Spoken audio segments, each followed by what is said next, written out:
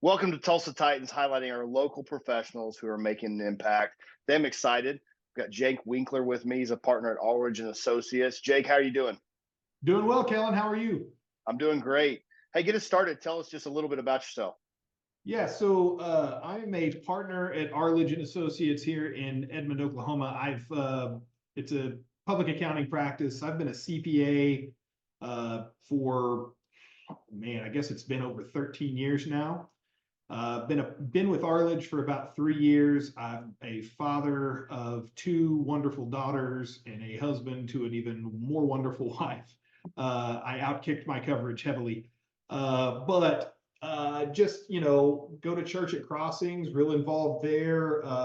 Involved with some nonprofits here locally on the board. Actually, just joined the board of Wings recently, which is a nonprofit that helps support people with special needs in the community.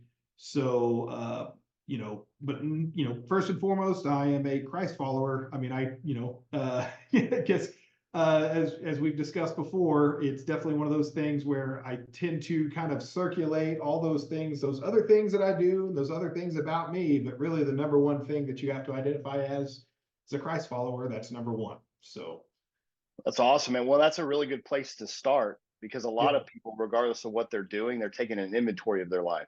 Now, things have right. changed the last couple of years. They're wondering what to pull back from, what to put time into. What's that look like for you? I mean, your business is growing. You got your strategy, Sure. you're involved in a lot of things. So over the last couple of years, what have you really looked at and said that's not worth my time? And then where have you placed value? Yeah. I'll tell you the big three things that I used to spend a ton of time doing is used to I was all in on sports. I'd watch sports on TV. I'd want to go to games. I'd listen to podcasts. I'd listen to, just anything I could get my hands on, fantasy football, fantasy baseball, fantasy basketball, all of these things that eventually I just decided, these are pretty heavy distractions. There's nothing inherently wrong with watching a team or going to a game, but if it's consuming your life, you probably need to recalibrate. So I pulled back from there. Used to have Thunder season tickets, don't have those anymore. It did make it easy on me for a couple of years. And then, my wife and kids and we just got OU football season tickets this year just because I felt like we had gotten to a good place and I'd kind of stepped back from it. So another thing is just I got completely off social media a few years ago. I have one LinkedIn profile. I'm on Instagram, but for those of you who actually see me on Instagram, understand that is my wife who likes to stalk people on Instagram. It is not me. I do not check it. But it's also why all of the followers are basically a bunch of like 30 and 40-year-old mothers with recipe ideas and childcare routines. So I don't really do anything on social media. Trying to really cut out the things that I think can cause more dissatisfaction than anything. Those frustrations that you feel, the unhappiness even that you can even put into the world. It's like you may be sharing your joy. I got some great advice from somebody a long time ago. Be careful where you share your joy. And because sometimes you may be sharing something that you're incredibly excited about, incredibly joyful about, and then you put that out there, and then literally you have people who don't take that joy well, that they don't wish you well, that they get envious of that success. So I've been pretty diligent on pulling back from there, and then also just worldly stuff in general. Like really try to. I don't like the phrase "let go, let God." I don't really think that that's really how it works, but just putting a lot more faith in God's plan for me and a lot less in like what I'm doing and allow things to be a little bit more spirit led, you know, uh, staying, be informed, but don't let politics consume your life. I think that's really the big thing is, I like my pastor, what he says, show me your calendar and show me your checkbook and it will tell me what your priorities are. And so really pulled back from those things. In terms of what I'm doing more, I'm studying the Bible a lot. Part of two Bible studies, stay up with those. I've actually read, because I pulled back from social media and sports, I actually have read about 40 books this year, and really tried to focus on spiritual growth, mainly. And then I have a community of guys at my Sunday school, just trying to do a lot more fellowship with them. The iron sharpens iron is true, and really trying to, we have a Bible study. We call it the Not a Book Club, because we read a book, but we don't discuss it like it's a book club. We have a bourbon club that's literally part of our Sunday school class. We have a bourbon club that we'll get together and, have a little tasting challenge, and went on a trip with some of the guys to go to a ball game up at Wrigley this year. We do a fishing trip annually. We do a whole lot of fellowship there. And luckily I have a wife who's extremely supportive of being around fellow godly men, because she sees the growth in her own husband as a result of it. No, that's awesome. And you said priorities, but I want to recap. The business is growing. You have a focus on family. You're heavily involved in the church, and now you work with a nonprofit. What are the habits, weekly or the daily habit, that allows you to function at a high level in those places? So this is going to sound kind of corny. Obviously I pray every day. It's a habit, but it's also not something where it's like I wake up and I pray, and I go to bed. Before I go to bed, I pray. That might happen, but a lot of times it becomes more of sporadic. I guess if you've ever read the book of Nehemiah in the Bible, I've always felt that he does a really good job. I heard it quoted before as tweet prayers. There's not like these long drawn out prayers. Sometimes it can just be something short, like I'll get in the car and say, God, keep me safe on the way to work, please, amen. And then I get there and like, praise God, thank you so much for getting me here safely. It can be something as short as that, but sometimes it's, so I do pray pretty consistently, but I think the other thing, and this is going to sound pretty corny, this is what I was going to, I give a hug. I give hugs to my daughters and my wife every day before work, hug and a kiss before, and say goodbye to them. Now I have the fortunate bit, like we homeschool our children. And so my daughters are there no matter what. And so, the nice thing is them being there, and I actually just get that reminder right before I go into work that morning.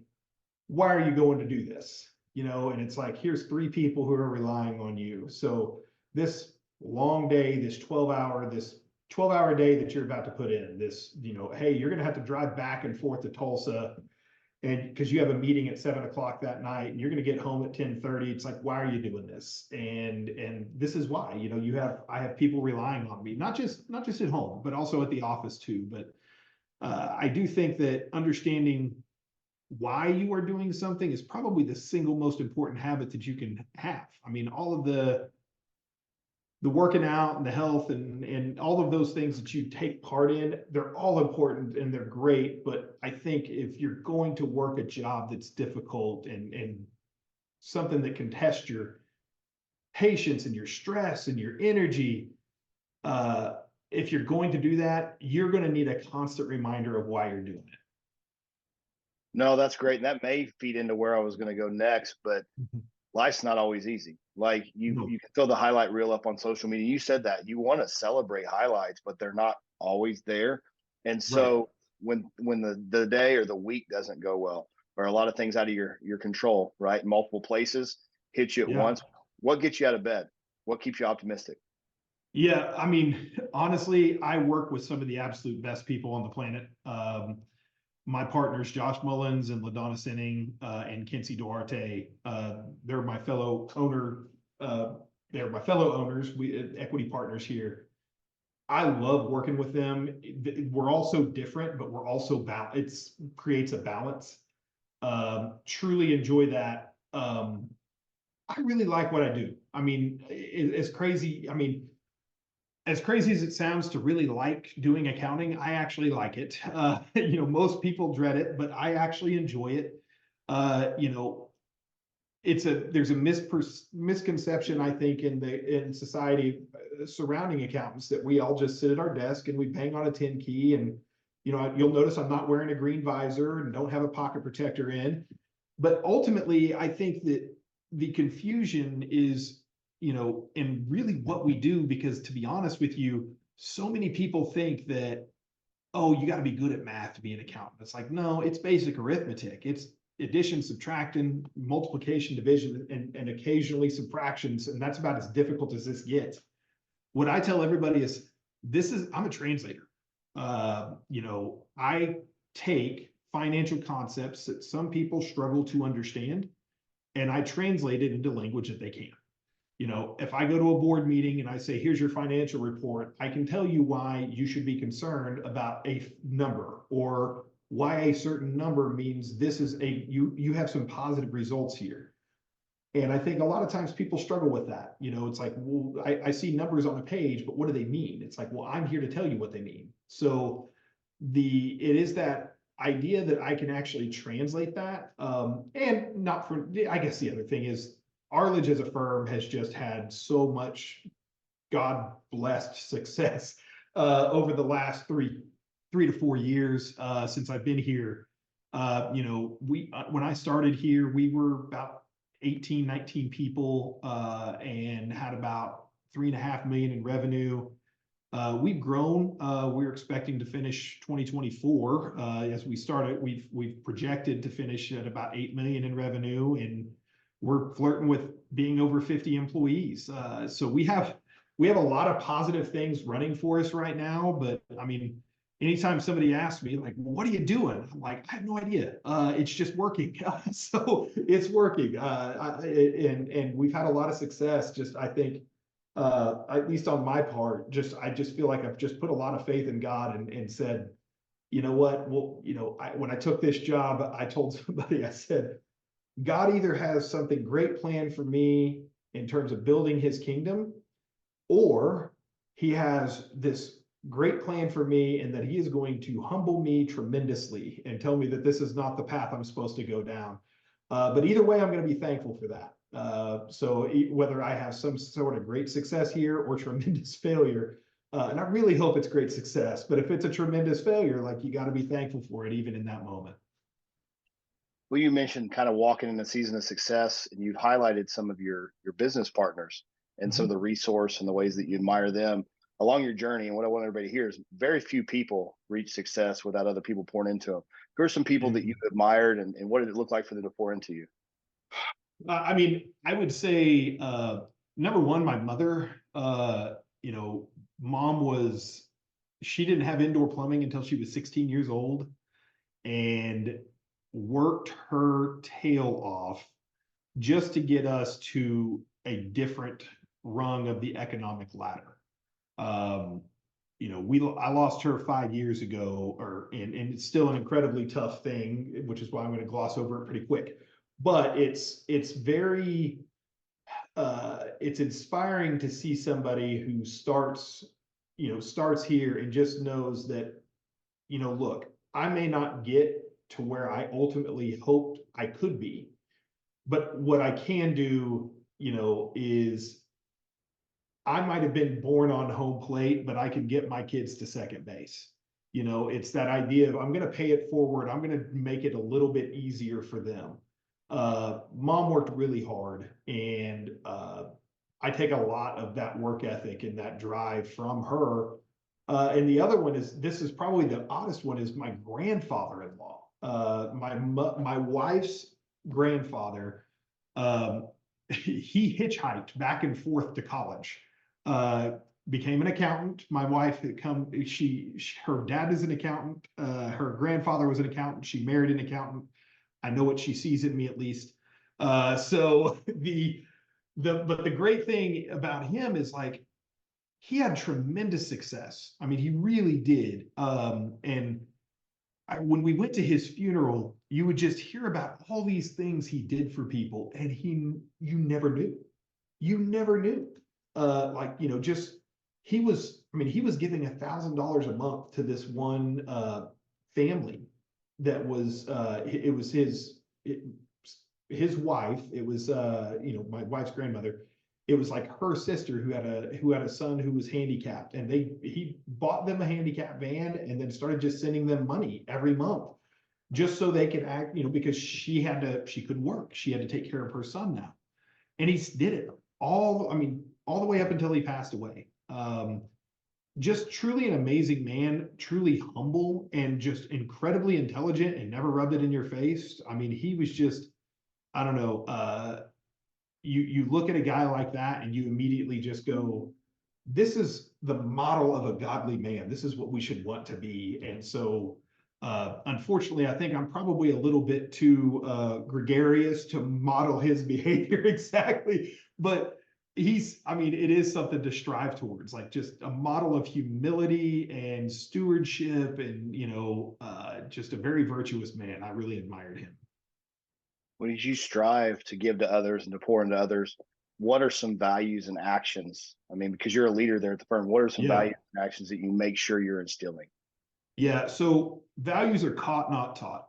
I think that's a big mistake that a lot of leaders make, is like, we can sit here and tell people what our values are, or we can show them. And so we hand out the book Ideal Team Player to everybody who starts with our firm. And the 3 principles that we actually have for our values internally is we want everybody to be humble, hungry, and smart.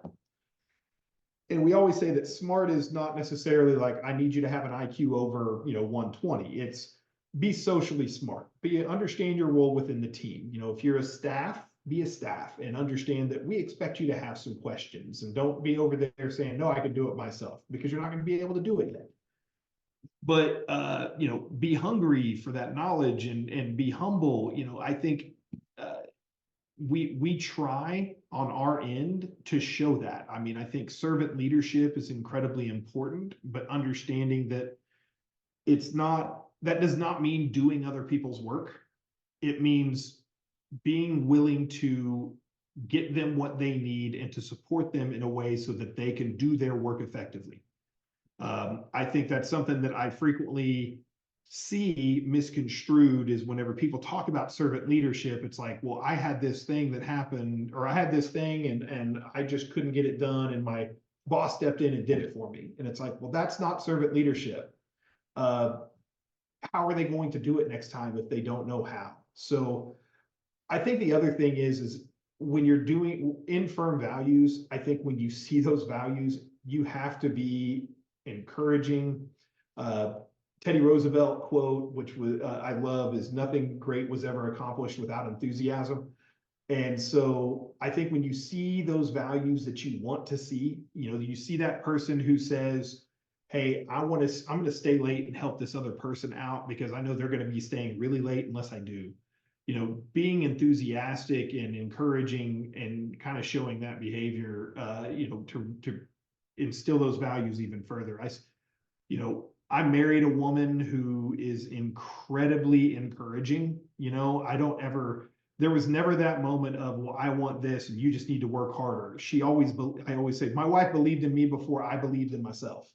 And she was just incredibly encouraging to try and just say, look, you can do this. Like, you need the challenge. You can do this, and believed in me. And it makes it really easy whenever those 60-hour weeks come, going, my wife believes in me. And encourages me. So, she is the type of gal that I come home, she sees I'm stressed. She's like, put your head on my lap, and just rubs my head. So she's a good lady. I lucked out. Well, one final question, and I'm excited to ask you this because you read 40 books this year, right? You give your team Ideal Team Player. You've kind of laid this one up, but all right, so you have to take a break from everything for a month. Somebody sends you off. You can only take 2 books with you. What are you in and why? Well, other than the Bible, I'm gonna take that. If you say I can only take 2 and that one counts, then the Bible's coming with me. I have the Bible on my phone, so we'll just say I took my phone and 2 books. I think the first one I would bring is The Great Divorce by C.S. Lewis. It's not long, but if you've ever heard anybody ever say, how could God send someone to hell if he loves them? You should read The Great Divorce by C.S. Lewis. it's truly eye-opening, because I mean, and I don't want to give too much away, but there's just a series of allegories in there that will kind of give you an idea of, you know, is it that God is sending me to hell, or that I really just can't let go of a sinful behavior and I'm just going there? It's like, it's my choice to go there. It's not God deciding to send me there. It's God giving me what I want. You want this sin, you can have it. So The Great Divorce by C.S. Lewis was really impactful. I think the other one right now, I mean, it's probably not a vacation book, but I think it really has changed how I've become as a leader and what I expect out of our people, which is Extreme Ownership by Jocko Willink. The idea that, you know, there's no more finger pointing. What we have to start doing is we have to start taking more of an approach of, here is what I can control. Here is my spot in this process. Look, the failure may only be 5% mine, but bottom line is I own every part of that 5%, and I'm not pointing fingers. So, you know, if I can't get someone to do their time entry, and I keep asking them to do their time entry every day and they won't do it, it's like, at some point, do I just go, look, I'm going to go and stand over your shoulder and watch you do it? I mean, it's just like, this is something that has to happen. I'm going to stand here and make sure this happens every day. If that's what it takes, then that is what it takes. I have to own my part of this process. Now, is that the most effective way? No, you would hope you would have people who would just do these things. But at the same time, it's like, you got to be realistic, and understand who you have and who your people are.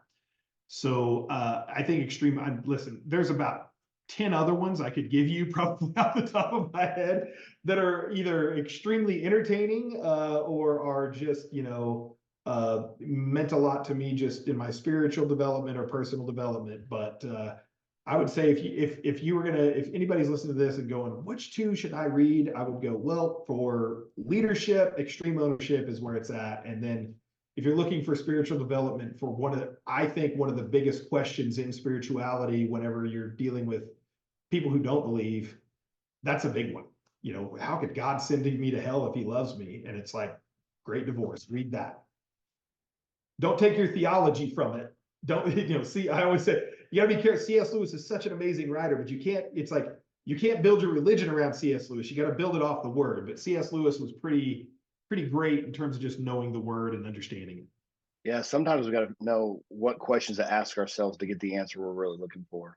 That's great. Yeah. I'll let you send me an email those other 10 books and I'll post them.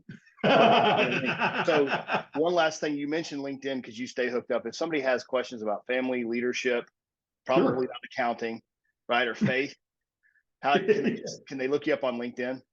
Yeah, so I'm on LinkedIn under Jacob Winkler, CPA. You can tell because my head's just as shiny on there as it is on the screen right now. So, you know, but also, you know, you can email me. Actually, I think my email address is actually on our website at www.arledge.cpa. You can go in there and actually contact us, and you can contact me. I mean, if you try and contact us through the website, that ends up in my email. So if anybody who would like any help with anything, please reach out. I'm more than happy to help. Awesome. Well, everybody, thank you. This is Kellen with New Wave Solutions. Jenks, thanks for giving. You bet, Kellen. Enjoyed it.